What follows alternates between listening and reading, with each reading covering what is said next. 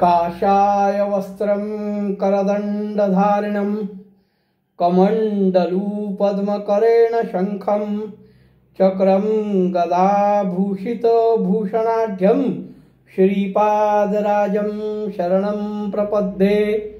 नमो जन्मभूमी जिथे जन्म झाला, नमो आर्यभूमी जिथे वाढियेला, नमो कर्मभूमी जिथे गुप्त झाला। नमस्कार माझा सद्गुरु दत्तात्रयाला, अवधूत चिंतन श्री गुरुदेव दत्त। साधकांनो, काल आपण बघितलं पतिव्रतेचं, तिचा पती मृत झाल्यानंतर ती आक्रोश करत होती आणि तिला शांत करण्याकरता अनेकांनी प्रयत्न केले। त्यावेळी जटाधारी भस्मांकित असा योगी तिथे आला आणि तो योगीने त्याला विचारलं की तू का रडतेस। तिला मृत्यूविषयीची सर्व कल्पना सांगितली, जन्माविषयी सगळं सांगितलं। तू कितीही शोक केलास तरी हा आता उठणार नाहीये आणि हे सगळं तिला समजावून सांगितल्यानंतर ती थोडी भानावर आली। मग ती म्हणते मी परदेशात आहे, माझे सासू सासरे आई वडील हे माझ्यापासून अत्यंत दूर आहेत। आता तुम्हीच माझे जननी जनक आहात, त्यामुळे मी आता काय करावं हे तुम्ही मला सांगा।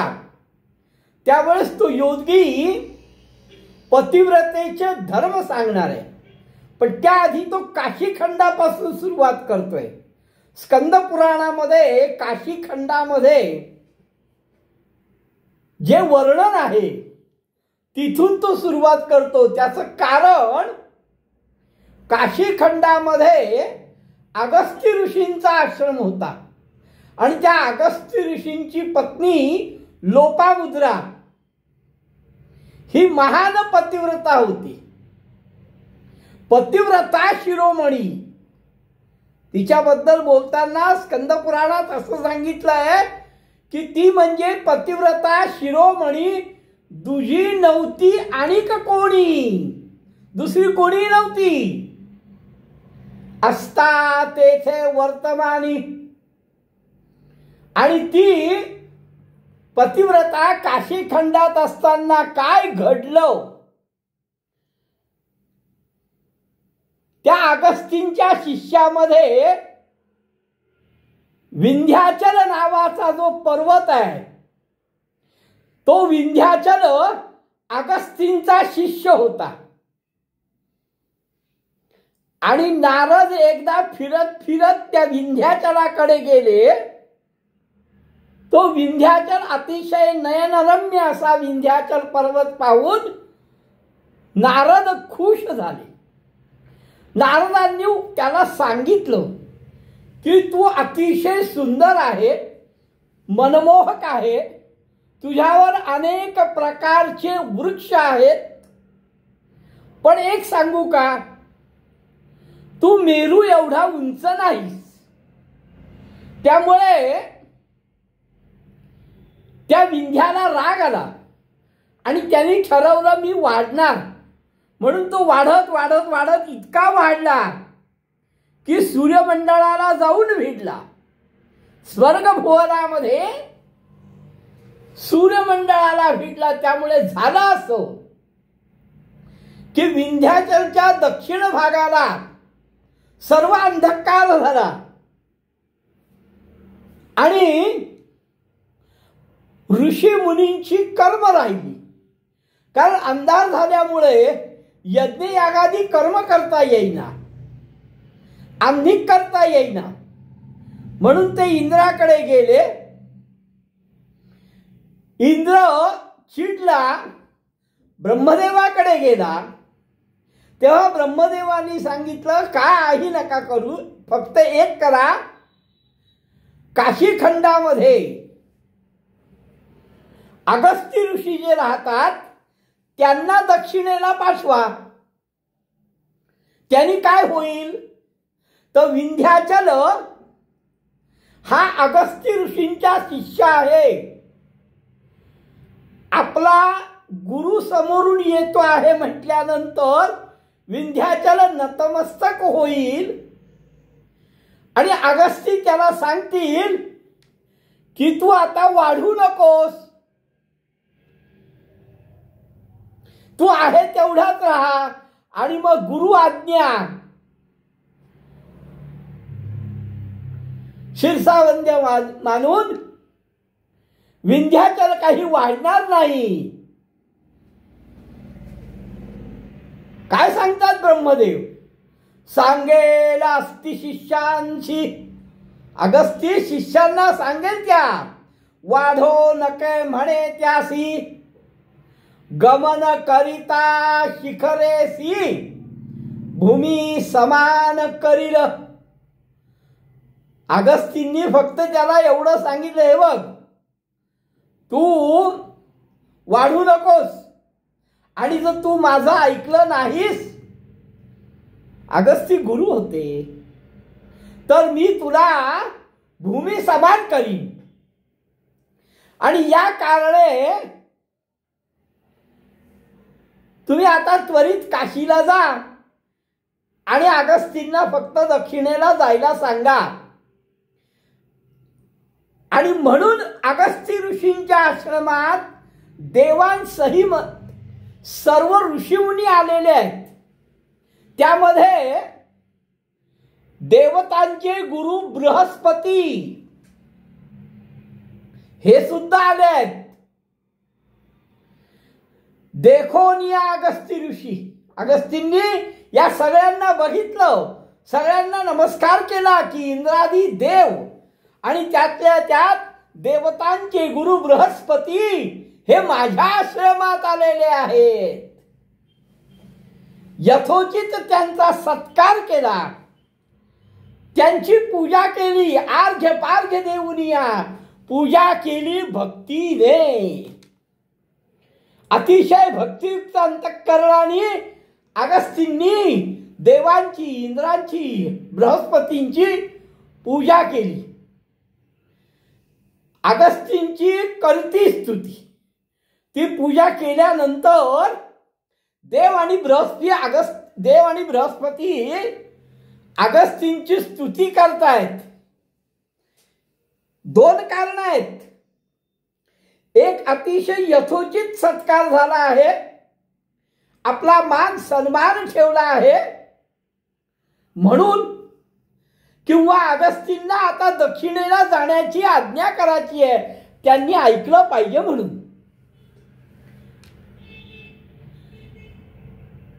अगस्तींच्या बरोबर त्यांची पत्नी लोपामुद्रा होती. लोपामुद्राला बघून बृहस्पती सांगतात, देवगुरु बृहस्पती सांगे पतिव्रता ख्याती, पतिव्रतेंची ख्याती सांगतायत. ते म्हणतात पूर्वी अनेक पतिव्रता होत्या पण लोपामुद्रा सारखी नव्हती. कोण कोण पतिव्रता होत्या यामध्ये नावं घेताना बृहस्पती सांगतात अरुंधती, सावित्री, सती, अनुसया, शांडिल्यांची पत्नी पतिव्रता, लक्ष्मी, पार्वती, स्वयंभू पत्नी शांता, मेनिका, हिमवंतांची प्राणेश्वरी होती ती, सुनीती ध्रुवाची माता होती, सौत्यादेवी सूर्यकांताची पत्नी, स्वाहादेवी यज्ञपुरुषाची पत्नी, अनेकांची नावं घेत आहेत. पण याहून अनेक ख्याती, पण याच्याहून अधिक पतिव्रता शिरोमणीचा असेल तर लोपामुद्रा पतिव्रता. ऐका समस्त देवगण, सगळ्या देवगणांना देवतांना बृहस्पती सांगतात की या सगळ्या पतिव्रता होत्या पण ह्याच्यामध्येही श्रेष्ठ अशी लोपामुद्रा आहे. पतिव्रतेचे आचरण. आता बृहस्पती, देवगुरु बृहस्पती आता पतिव्रतेचं आचरण सांगतायत समस्त देवगणांना लोपामुद्राच्या समोर. हे आमचे सद्गुरू सांगतायत नरसिंह सरस्वती, आणि हे सिद्ध सांगतायत. त्या पतिव्रतेला सिद्ध सांगतोय की देवगुरु बृहस्पतींनी आता पतिव्रतेची लक्षणं सांगायला सुरुवात केली आहे, तिचं आचरण सांगायला सुरुवात केली आहे. इकडे सिद्ध नामधारकाला सांगतोय पुरुष जेवेल त्याच्यानंतर स्त्रीने जेवायचं. पुरुषाचं उच्छिष्ट पुरुष जेविता प्रसाद जाण मुख्य भोजन स्त्रियेशी. हे बघा, मी कालही सांगितलं की हे स्कंद पुराणामध्ये आहे. हे 13व्या शतकामध्ये सद्गुरूंनी सांगितलंय. काळ बदललेला आहे, स्त्रियांनी असंच वागलं पाहिजे असा मी अट्टहास करत नाही, पण जे शक्य आहे ते तर केलंच पाहिजे. पण असंच वागा, काळ बदललेला आहे. पण मला गुरुचरित्रामध्ये हे सांगितलेलं आहे, त्यामुळे मला हे सांगावं लागणार. आणि का सेवा ऐशी करणे, की आपला जर पती घरात आला, बाहेरून कुठून पती आला, पती घरात असला तर त्याच्या समोर त्याच्या आज्ञेशिवाय बसू सुद्धा नाही, उभं राहावं. पतीने आज्ञा केली तर बसायचं. पुरुष देखोनी उभे राहणे, आज्ञे विण बैसो नेणे, सांगितल्याशिवाय बसू नये. आणि सर्वात पतीची आज्ञा मोडू नये. अखंड दिवस पतीची जी जी सेवा करता येईल ती सेवा करणे. अतिथी आला असेल घरी तर त्या अतिथीची पूजा करायची. पतीला विचारल्याशिवाय दानधर्म करायचा नाही. दानधर्म करताना सुद्धा पतीची आज्ञा आवश्यक आहे. मनामध्ये पती हाच परमात्मा आहे, भगवंत आहे, अशी मनामध्ये कायमस्वरूपी भावना ठेवावी. पती झोपल्यानंतर आपण झोपावं, पती उठायच्या आधी आपण उठावं. आपण उठून सडा, आता तर अंगण फार कमी आहेत, पण सडा समार्जन करावे. निर्मळ मंगलप्रद जागृत न होता पती ऐका, पती उठायच्या आत. पुढे उठीजे सती देखा, पहिले सतीने उठायचं आहे, पतिव्रतेने उठायचं आहे. स्नान करुनी त्वरित, उठल्यानंतर सडा समार्जन केल्यानंतर स्नान करावे. पतीचं चरण तीर्थ घ्यावं. हे आजकाल शक्य नाही, मान्य आहे मला. पतीचे चरण तीर्थ घ्यावे, पतीच्या चरणावर डोकं ठेवावं, कारण तो शिव समान आहे ही भावना असावी. जर घरी पती असेल, गावात पती असेल, घरी पती असेल, तर सर्व शृंगार करणं योग्य, सर्व शृंगार करावा. पण गावाच्या बाहेर पती गेला असेल तर आपण शृंगार करू नये. म्हणजे शृंगार हा पती करता करायचा आहे. पती जर एखाद वेळेस चिडून बोलला, निष्ठुर बोलला, तर आपण चिडायचं नाही, आपण रागवायचं नाही. या उलट पतीला मला क्षमा करा अशी याचना करायची आणि सांगायचं माझ्यावर चिडू नका.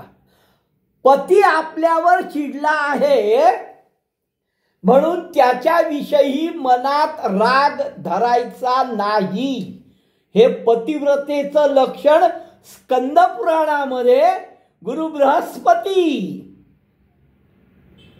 सगळ्या देवगणांना सांगतायत.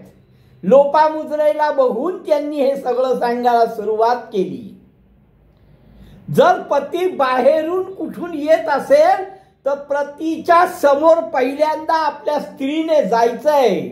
सगळी कामं बाजूला ठेवायची आहेत, पण पतीचं मुख बघण्याकरता सम्मुख जाय पतिव्रता, त्याच्या समोर जायचंय. तो थकून आला आहे. आपली काही आज्ञा आहे का? जे जे पतीच्या मनामध्ये असेल तसं राहायचंय. आजकाल शक्य नाही, पुन्हा पुन्हा सांगतो, पण हे स्कंद पुराणामध्ये आहे म्हणून मी याचा उल्लेख करतोय. जे जे पतीच्या मनात जे जे असेल त्याचप्रमाणे राहायचंय. पतिव्रतेचे ऐसे लक्षण, हे पतिव्रतेचं लक्षण आहे. ऐका देवगणानो, असं बृहस्पती सांगतायत. बहिर्द्वारी जाता आपण नेहमी बाहेर, घराबाहेर जाणं हे दोष आहेत. जर समजा घराबाहेर जायचं होय, जावं लागणार आहे, जायला पाहिजे, तर पाहू नये नर नारी, परपुरुषाकडे, परस्त्रीकडे, दुसऱ्या कोणाकडेही बघू नये. आपलं काम झालं की त्वरित घरी यावं. बहिर्द्वारे जाणे, जरी बहिर्द्वारे म्हणजे बाहेर, घराबाहेर जावं लागलं तरी पाहू नये नर नारी, सवेची परतावे लवकरी, लवकर घरी परतायचं आहे आणि आपल्या घरातच असाच आहे. जरी पाहे बाहेरद्वारी, जर समजा बाहेर फिरायला, याच्याशी बोल त्याच्याशी बोल, याच्याकडे बघ त्याच्याकडे बघ, असं जर जी नारी करते, उल्क योनी, तिचा जन्म होतो. याच प्रकारे निर्धारी, आणि अशीच पतिव्रता लोपामुद्रा होती. लोपामुद्रा पतिव्रता बाहेर नवचे सर्वदा, ती कधीही बाहेर जात नव्हती. प्रातःकाळ जो का होता, सकाळ जी काय व्हायची त्यावेळेस ती उठायची, सडा रांगोळी करायची, देवता उपकरणी देवाची भांडी घासायची, गंध उगाळून द्यायची, पुष्प, देवाच्या पूजेला फुलं लागतात, गंध लागतो, अक्षर, देवाच्या पूजेची सर्व तयारी ही लोपामुद्रा अगस्तींना करून द्यायची. अनुष्ठानावनी येता पती, जर समजा अगस्ती ऋषी अनुष्ठानाहून आले तर ही सगळी तयारी त्यांच्या समोर असायची. पतीच्या मनाप्रमाणेच राहायची ती लोपामुद्रा. पुरुषाचं जेवण झालं, अगस्तींचं जेवण झालं की त्यांचं उष्टभोजन ती स्वतः खायची. जर पुरुष घरी नाही आहे तर गाय आणि अतिथी यांना प्रथम देऊन मग जेवायचंय. नसता पुरुष ग्रामी जाण, घ्यावा अतिथी धेनू प्रसाद. अतिथीशी घालावे अन्न, अतिथीला अन्न द्यायचं आहे. अथवा धेनूचे पूजन, अतिथी नाही आलाय, अतिथी नाही आहे, मग गायीची पूजा करायची आहे. गाईला घास द्यायचा आहे. भोजन करावे सगुण, सात्विक भोजन करायचं आहे. पतिव्रता परियसा, असं त्या पतिव्रतेचं आचरण असावं, असं देवगुरु बृहस्पती देवगणांना सांगतायत. गृह निर्मळ नित्य करी, घर अतिशय टापटीप स्वच्छ ठेवावं. पतीला विचारल्याशिवाय कुठलाही दान धर्म काहीही करू नये. पतीला विचारल्याशिवाय व्रत उपास करू नये. गृह निर्मळ निरंतरी, निरोपा वेगळा धर्म न करी. व्रत उपास येणे परी, जसा धर्म पतीला विचारल्याशिवाय दानधर्म करायचा नाही, तर तसंच कुठलंही व्रत किंवा उपास हा पतीला विचारल्याशिवाय करू नये. नगरामध्ये आनंद उत्सव आहे, आपण जाऊन कधी बघायचं नाही. उत्साह होता नगरात, कधी पाहून म्हणत मी जाते बघायला, मी जाते, हे कधीही बोलू नये. तीर्थयात्रा विवाहार्थ, तीर्थयात्रेला कुठल्या लग्न प्रसंगी कधी न वचे परियेसी, ती कधीच जात नव्हती लोपामुद्रात. पती हेच तीर्थ. जर समजा पती संतुष्ट असेल तर आपण दुःखी असू नये, आणि पती दुःखीत असेल तर आपण संतोषी असू नये. पतिव्रतेचं लक्षण सांगतायत. पुरुष संतोषी असता जरी, दुश्चित नसावे त्याची नारी. पुरुष दुश्चित असता जरी आपण संतोषी असू नये. कठीण आहे सगळं, पण हा काळ वेगळा होता, हे पुन्हा पुन्हा सांगतोय. या काळात शक्य नाही हे मलाही मान्य आहे. जे शक्य आहे ते तरी करावं. रजस्वला झालिया देखा, जर समजा मासिक धर्म तिला आला तर तिने कोणाशीही बोलायचं नाही. वेदांचे मंत्र ऐकायचे नाहीत, आणि आपल्या पुरुषाला आपलं मुख दाखवायचं नाही. रजस्वला झालिया देखा, बोलो नये मौन्य निका. मुख राहावं, मौन राहावं. नायकाचे वेद ऐका, वेद ऐकू नये, आणि मुख पुरुषापुढे दाखवू नये. आपण रजस्वला आहे, मासिक धर्म आलाय, आपल्या पतीला सुद्धा आपलं मुख दाखवायचं नाही. असं 4 दिवस आचरावे तिये नारी. ऐसे 4 दिवसावरी 4 दिवस नंतर सुस्नात स्नान करावं, आणि मग प्रथमतः आपल्या पतीचं मुख बघावं. जर समजा पती घरी नसेल तर त्याचं मुख हे आपल्या मनचक्षू पुढे अंतःकरणामध्ये आणावं. जरी नसेल पुरुष भुवनी, त्याचे रूप ध्यावे मनी. त्याचं रूप मनामध्ये घ्यावं आणि सूर्याकडे बघावं, आणि मग परत आपल्या घरात जावं. पुरुष आयुष्य वर्धनार्थ, पुरुषाचं आयुष्य वाढण्याकरता हळदी कुंकू लावावं, शेंदूर लावावा, काजळ घालावं, मणिमंगळसूत्र घालावं, माथ्यावर वेणी असावी,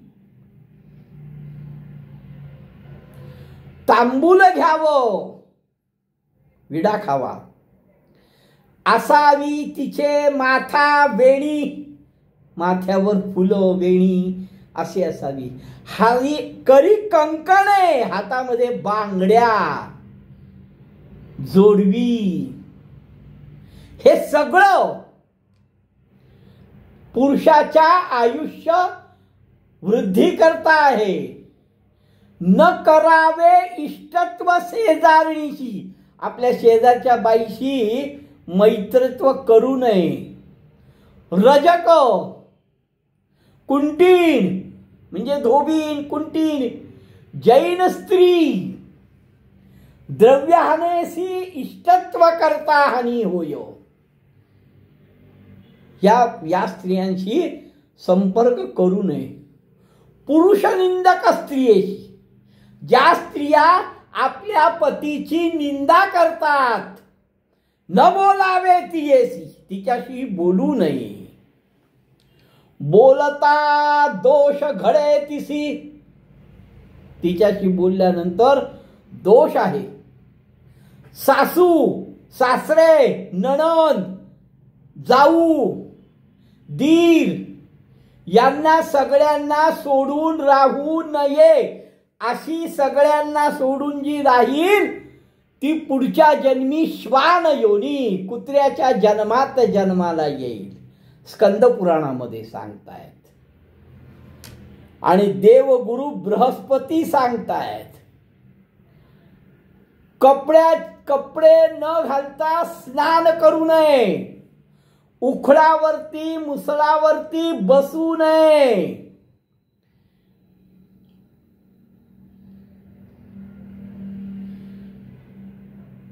उखळावर बसू नये, मुसळावर बसू नये, विवस्त्र होऊन स्नान करू नये, उंबऱ्यावरही बसू नये, वडील धाऱ्यांच्या समोर सुद्धा बसू नये.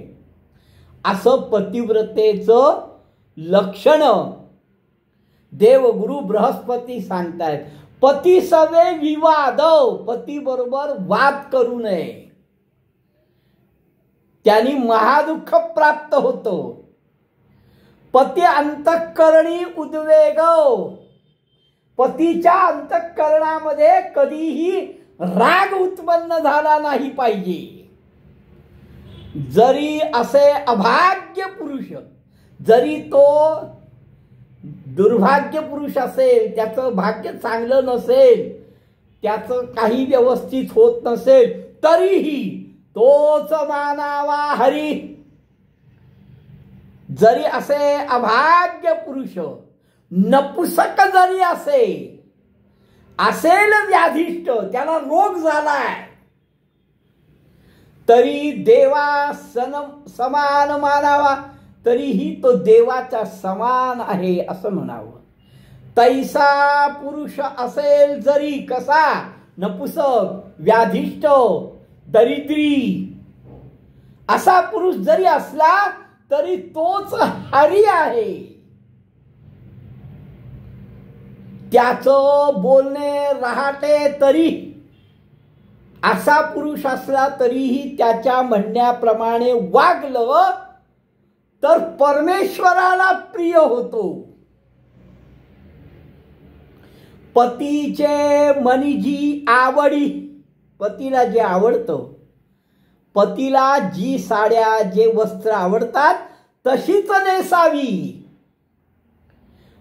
पती नाराज किंवा दुःखी होता कामा नये. आणि तो जर दुःखी असेल तर मात्र आपण शृंगार करू नये. आपल्याला एखादी गोष्ट पाहिजे असेल तर ती सरळ सांगायची नाही. हे आणा ते आणा असं सांगायचं नाही. जर आपल्या जवळ आपली लहान मुलं असतील तर त्यांच्या मार्फत सांगायचं की बाबांना सांगा हे आणा, बाबांना सांगा ते आणा.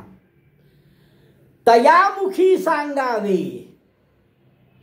आणि जर जवळ कोणीच नसेल तर जी वस्तू पाहिजे आहे त्या वस्तूकडे बोट दाखवावं आणि ही वस्तू पाहिजे, हवीच असा हट्ट करायचा नाही. पतिव्रतेचं आणखीन भरपूर लक्षण देवगुरु बृहस्पती सांगतायत. लोपामुद्राच्या अगस्तींच्या आश्रमामध्ये देवगणांसमोर, इंद्रादी देवांसमोर आणि हे लक्षण सांगतायत. त्यांनी अजून काय सांगितलं हे आपण उद्या बघू.